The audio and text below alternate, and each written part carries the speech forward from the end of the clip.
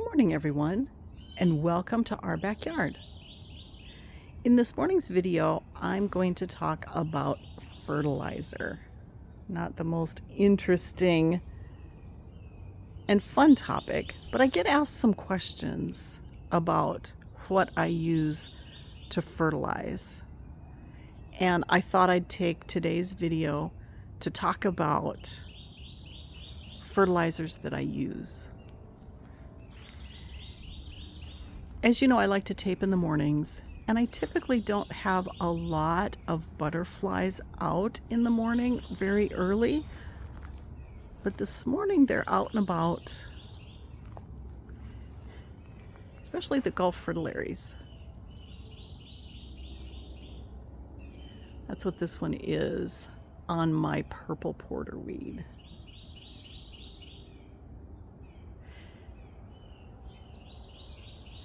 There's a little skipper back there. Very good. Okay, so let's talk fertilizer. So to talk fertilizing, you have to understand your soil. And I have a very heavy clay soil here along the southeast Texas Gulf Coast south of Houston. And clay retains nutrients really well. It has a lot of nutrients typically in it, and it retains it well.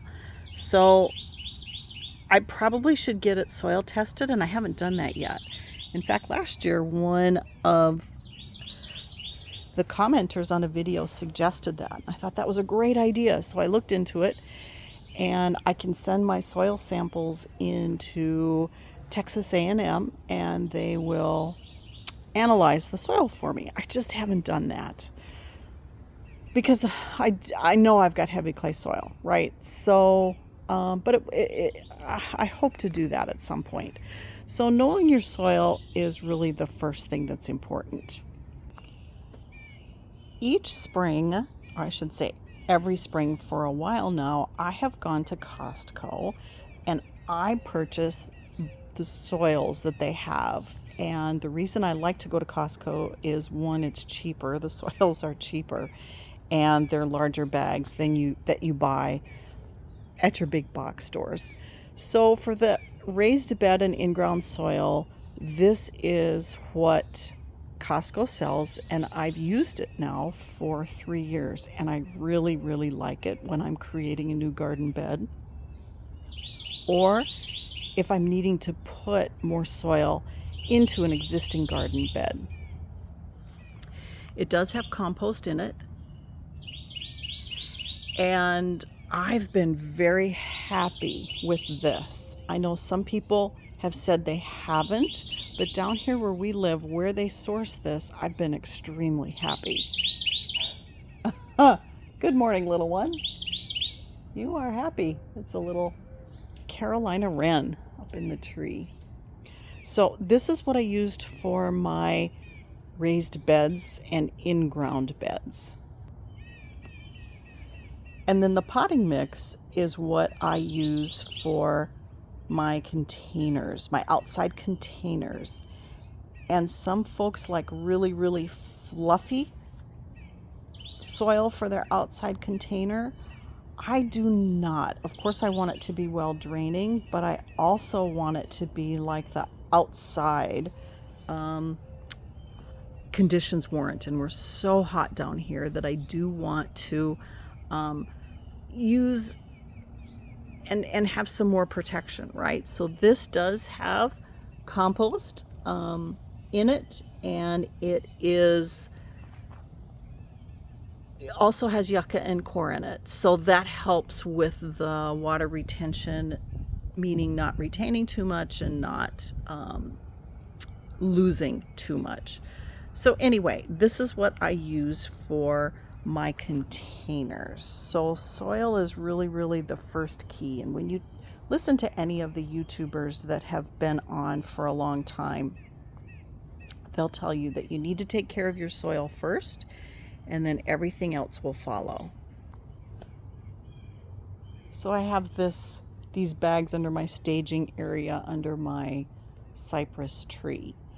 And this year was the first year I used this soil conditioner as my compost for my garden beds. And this I got at my favorite nursery. It's Happy Frog soil conditioner. It has bat guano, which is bat poo, and earthworm castings. And this is the first year I've used this, and I absolutely loved the texture. I loved how I loved everything about it. And so far, I have to say I've really liked what how I've seen it perform. So I put this on in the spring when everything is just starting to wake up. So I did this in March, and I put a bag in each one of my garden beds. So that's what I do. For each one of my garden beds, I put down that compost or soil conditioner, that Happy Frog soil conditioner. The only one I didn't was my new garden bed that I installed, and that's because I put the new soil in there, and that already had compost in it. So I didn't put it in there, but I will next spring. And of course, my existing garden beds. So I will not do any type of fertilizing in ground for any of my beds really until next spring, and that's how I've done it.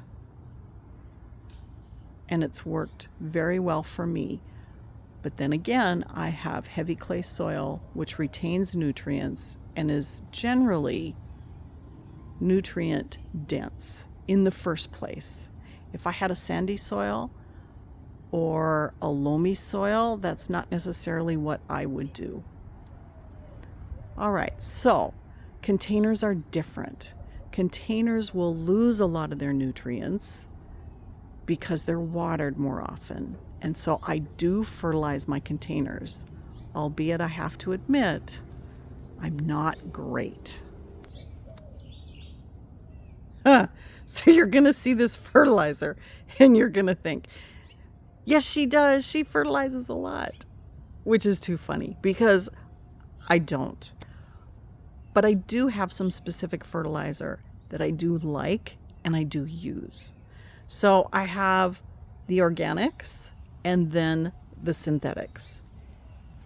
And I do want to say I'm not hung up about it. Yes, I do like the organics, but I do want to point out I come from a farming community and my husband comes from a long line of family farmers. And farmers use synthetic fertilizers on the crops that they grow for us that we eat. It is about nitrogen. It is about getting the nutrients into the plants when they need it. Of course, there is such a thing as crop rotation, etc. I'm not going to get into that. So I do want to say, although I love my organics, I am not opposed to using the synthetics when warranted. And what you say is when warranted. Well, let me tell you my regimen. When I plant a plant, I try to remember to put the planting hole Osmocote Plus. And I really like this. The plants don't burn. This is a synthetic. It has other nutrients in it that's needed. And I use this if I remember. Do I remember on all the plants that I plant? No, I don't, unfortunately. I wish I did. Sometimes I'll even bring it out with me and then forget to put it in the hole and have already planted. So I really like this. I like it because my grandmother used it. So we've had lots and lots and lots of years of having super success with this.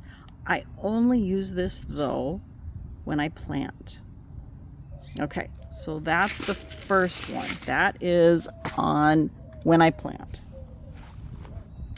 I also use a synthetic on my hibiscus, and only on my hibiscus. And I have found that my hibiscus plants will bloom much better when they are fertilized. And I use this once a month. Follow the instructions on all of the directions for all of your fertilizer. But I do use this. I try to use this once a month. Do I use it more often? No. Do I use it less? Yes. But I do try to use that every month. This one I use for heavy feeders that I know my pollinators really aren't feeding on. And who are those? Well, quite frankly, it's not many because my pollinators like most of my flowers, but the pollinators do not go to my Supertunia Vista bubblegum at all. And so I use this because this is a heavy feeder, and I have enjoyed this pop of color. We had a heavy rainstorm fairly recently, and so it's just starting to reflower again. This was one plant that I planted in this container. It's insane, it's still going. So I want to encourage it because I do like looking at it, especially out from my patio door. So I will use this synthetic fertilizer. It's called a bloom booster. And I am not super diligent, but I try to feed this at least once every other week. If I fed it once a week, that would even be better. But I'm really not good at fertilizing because I'm pretty spoiled with my flower beds and using just compost.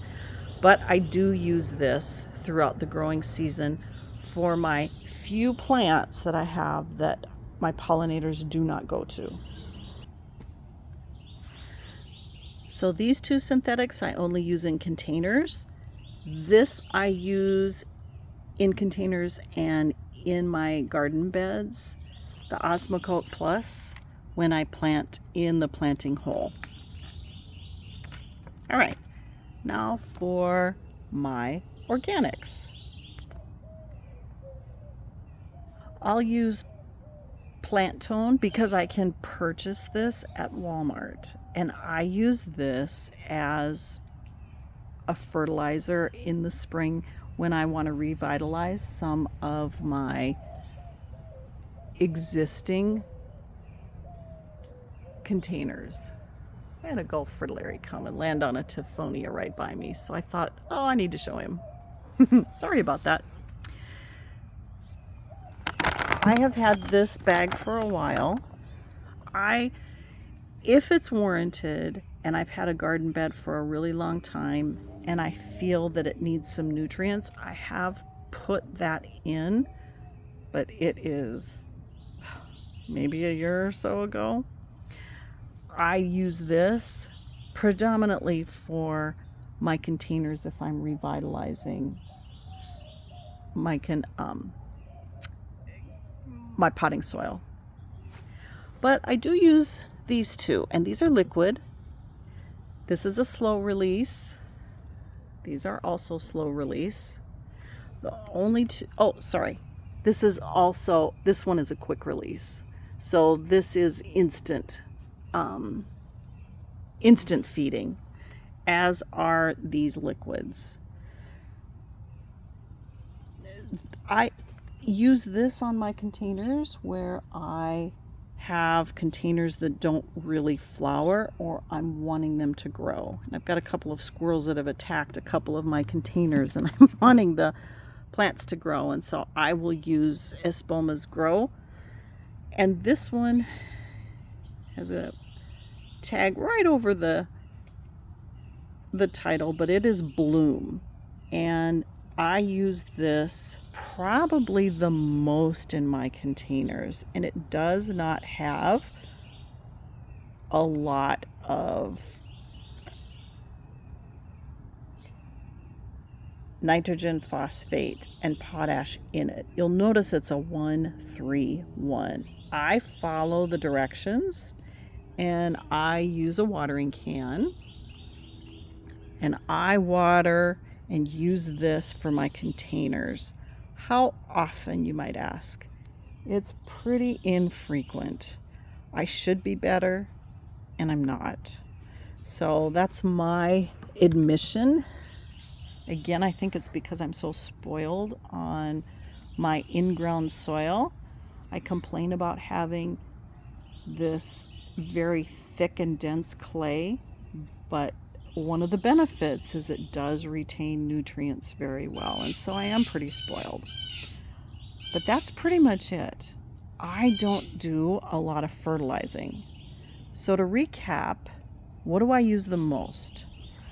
I use Osmocote Plus whenever I plant, and I put it in the planting hole. I use hibiscus fertilizer once a month, only during the growing and flowering season. I use Miracle Grow's Bloom Booster only for flowers that my pollinators are not visiting in containers, like petunias down here in the south. And then I pretty much use Bloom for the rest of my containers when I fertilizer. Very infrequently I use these two. So that's it. And then of course in the spring I put down soil conditioner or mulch. Not mulch. I put down soil conditioner or compost once in the spring, before when plants start to wake up and then they're just starting to grow.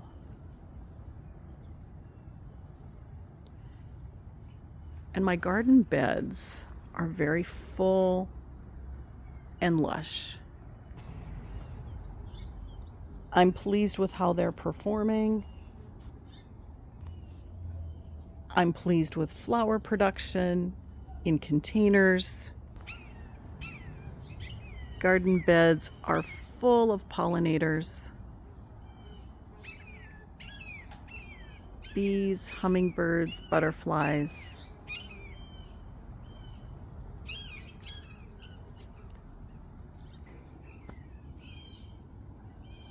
Just because I do not fertilize a lot does not mean that others don't need to fertilize where you're at. I am conscious of my caterpillars. This happens to be an eastern black swallowtail caterpillar on my bronze fennel. Got a lot of them on my fennel at all different stages. I've been really happy with the fennel this year and how my birds haven't found the caterpillars all in here. So it's really important to me when something is sustaining life to try not to use a lot of synthetic fertilizer in the bed anyway, because it does mess up your growing conditions. I mean, it can, unless you really know what you're doing. And I don't claim to know a lot. I have got a monarch caterpillar here on one of the native monarch new plants that I purchased this year for monarchs, because I have gotten rid of all of my tropical milkweeds. So this is a native milkweed. It is called Augustifolia, I think. In any case, I was so tickled. I was so surprised actually to see that caterpillar, because I just planted this recently. So any case, back to fertilizers. What I do is I make sure that when I'm fertilizing, for instance, this bed got the compost in the spring, and that's all it'll get.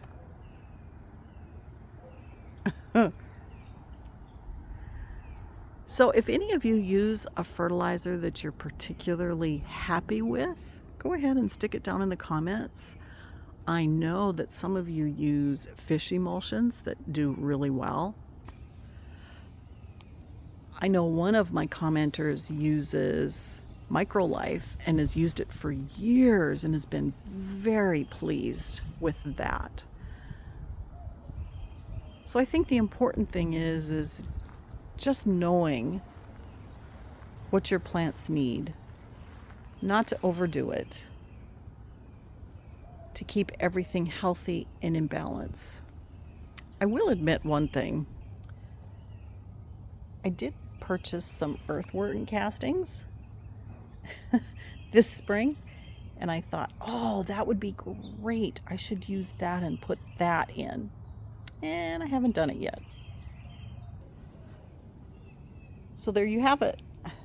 That's my fertilizing regimen, or probably not much of a regimen, if I'm being honest. But some folks did ask, and so I did want to share.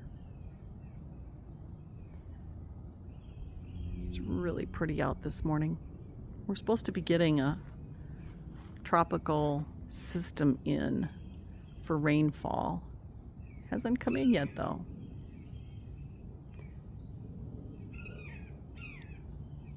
So thank you for joining me today. I hope you have a wonderful day, and I hope to see you again soon.